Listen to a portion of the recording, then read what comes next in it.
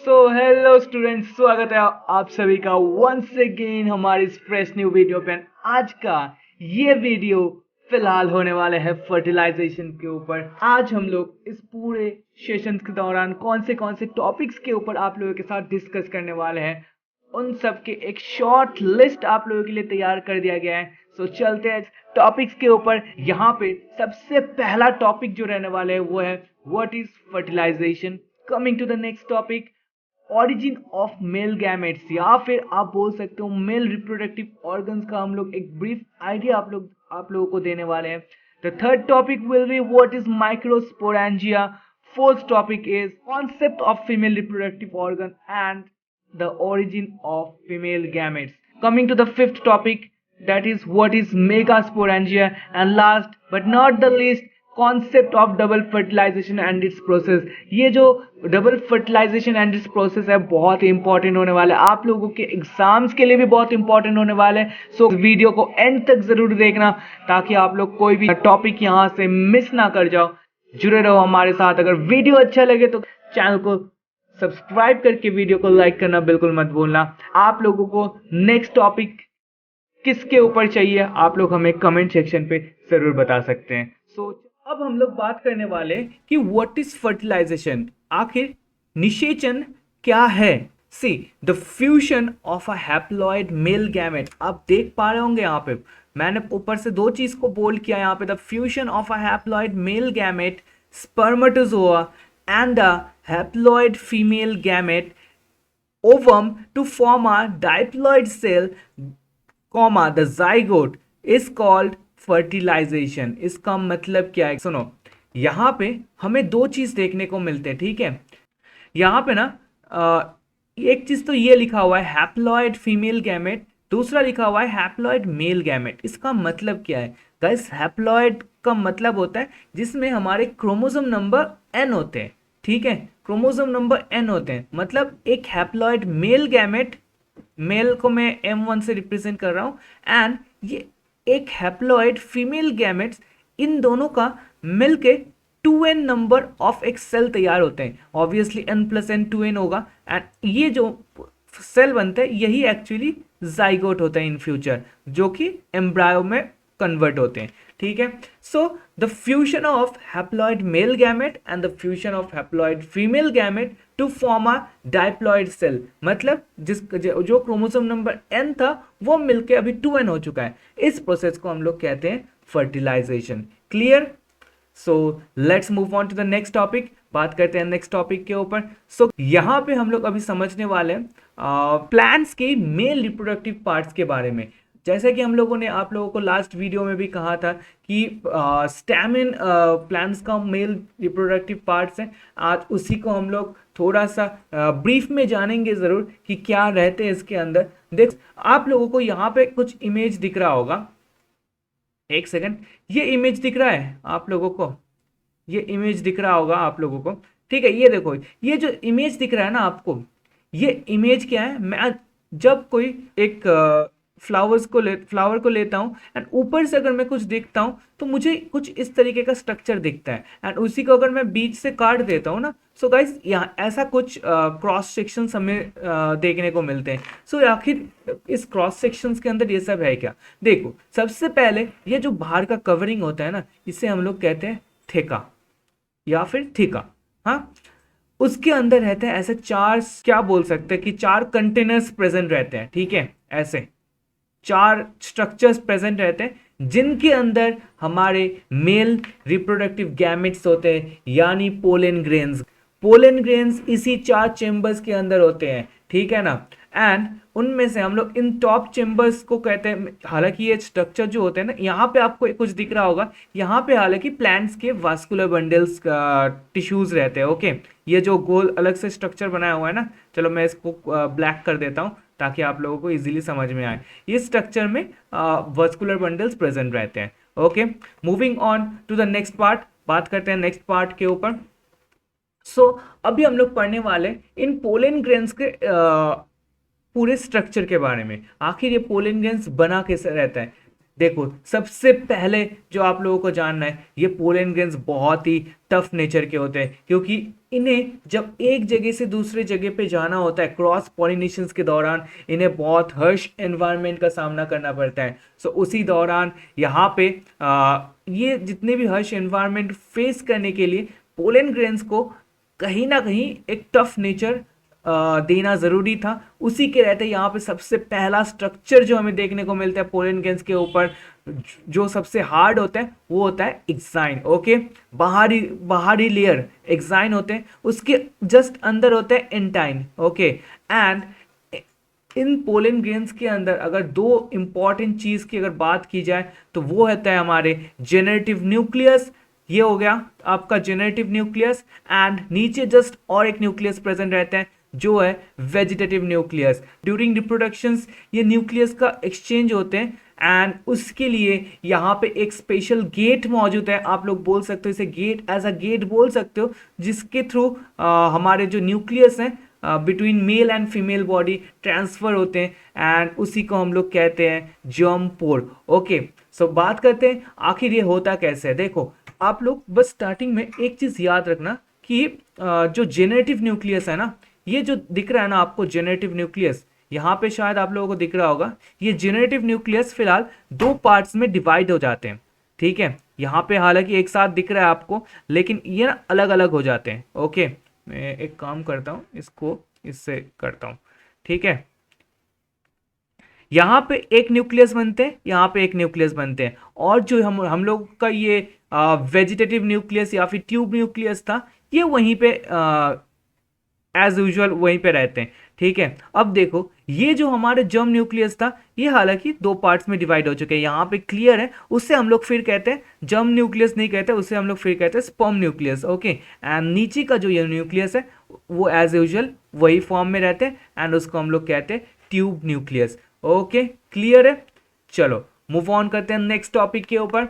आज का next topic है फिलहाल स्ट्रक्चर ऑफ कार्पेल, यानी फीमेल रिप्रोडक्टिव पार्ट्स। मैंने अपने लास्ट वीडियो पॉलिनेशन के जो वीडियो थे, अगर आप लोगों ने अभी तक नहीं देखा उस वीडियो को एक बार चेकआउट ज़रूर करना। वहाँ पे मैंने male and female reproductive parts of flowers के बारे में अच्छे से बता ज़रूर दिए थे।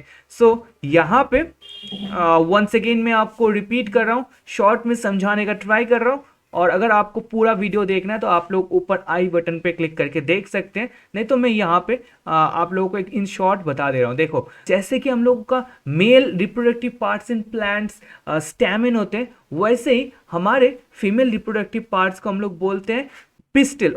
ओव्यूल्स के बारे में हमें जानना होगा। ठीक है, चलते हैं हम लोग इस ओव्यूल्स के स्ट्रक्चर के ऊपर। Let's move on to the next page. So यहाँ पे आ चुके हैं हमारे स्ट्रक्चर। ओके, ओव्यूल को हम लोग जो ब्राउन स्ट्रक्चर्स देख रहे थे ना, उसी को अगर हम लोग जूम करते हैं तो हमें कुछ इस टाइप्स के स्ट्रक्चर देखने को मिलते हैं। सो यहाँ पे हमें टोटल 7 सेल्स हमें देखने को मिलेंगे। कितने सेल्स? 7 सेल्स देखने को मिलते हैं। अब थोड़ा अच्छे से इसको नोटिस करो। देखो सबसे पहले अगर मान लो ये एक अंडा है, ये एक एग है। ओके, एंड इस एग में ऊपर की तरफ 3 सेल मौजूद रहते हैं, जिसे हम लोग कहते हैं एंटीपोडल सेल्स। ओके, 3 सेल मौजूद रहते हैं जिसे हम लोग कहते हैं एंटीपोडल सेल्स। ये क्या करते हैं, जो नीचे ओव्यूल है, ये ओव्यूल को हमेशा न्यूट्रिशन सप्लाई करते हैं। ठीक है, एंड ये लोग जिस एंड पर रहते हैं ना, जिस अंडे को अगर आप लोग रखते हो तो आपको शायद एक ओवल स्ट्रक्चर मिलता है ना, तो ऊपर के जो साइड्स होते हैं ना, उसे कहते हैं हम लोग चैलेजल एंड। ओके, उसे कहते हैं हम लोग चैलेजल एंड। अब चलते हैं, ये हो गया आपका 3 सेल हो गया। ठीक है, इससे हम लोग 3 सेल लिख लिए। अब होगा बीच में ये दोनों मिला के एक सेल होते हैं जिसे हम लोग कहते हैं सेंट्रल सेल। ओके, ये दोनों मिला के, क्लियर याद रखना, ये दोनों मिला के एक ही सेल होते हैं जिसे हम लोग कहते हैं सेंट्रल सेल। ठीक है, फिर कितने हो गए? 4 हो गए हम लोग के। अभी बात करते हैं नीचे की तरफ, हमें 3 सेल देखने को मिलते हैं, ये एक एंड पीछे आप लोगों को एक दिख रहा होगा, ये तीनों मिला के जिससे हम लोग सिनर्जिड्स के नाम जानते हैं। अब इन सिनर्जिड्स का काम क्या है, इन सेंट्रल सेल का काम क्या है? देखो सेंट्रल सेल जो है, जब ये तो देखो ओव्यूल है, ओव्यूल एक टाइम पे जाके सीड्स बनेंगे, एंड उस सीड्स का जो स्टेज एक बड़ा सा स्टेज होता है, सीड्स को भी एक लंबे प्रोसेस के थ्रू जाना होता है, तो उन प्रोसेस के थ्रू जब सीड्स चलते रहते हैं तो उसको खाना चाहिए होता है, सीड्स को ऑब्वियसली न्यूट्रिशंस प्रोवाइड करने वाला कोई चाहिए होता है, तब यही वो सेंट्रल सेल है जो कि एंडोस्पर्म में बदल के इन सीड्स को खाना प्रोवाइड करते रहते हैं। क्लियर?